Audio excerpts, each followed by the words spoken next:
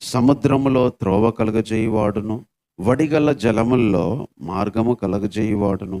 అంటే దేవుడు మనకున్నప్పుడు, దేవుడు మనకు రాజుగా ఉన్నప్పుడు సముద్రంలో త్రోవ కలుగజేస్తాడంట, వడిగల జలముల్లో మార్గాన్ని కలుగజేస్తాడంట. అందుకే ఎంత చీకటి అలుముకున్నా, సముద్రమంతా మరి నీళ్లు మన హృదయాన్ని ముంచెత్తిన, జలాల్లాగా కొన్ని విషయాలు, కొన్ని పరిస్థితులు అడ్డుగా నిలిచిన, త్రోవ కలగజేసేవాడు, మార్గం కలగజేసేవాడు. ఎంతోమందికి ఏం చేయాలనో అర్థం కాదు, ఎంతోమందికి ఎటో వెళ్ళాలో అర్థం కాదు. కొన్ని పరిస్థితులు జరుగుతున్నప్పుడు, కొన్ని విషయాలు సంభవించినప్పుడు మనకు కావాల్సింది ఒక ఆలోచన, ఒక మార్గం కావాలి, ఒక దారి కావాలి. ఈరోజు మనం ఆరాధించడానికి వచ్చిన దేవుడు మార్గం చూపించేవాడు, త్రోవ చూపించేవాడు.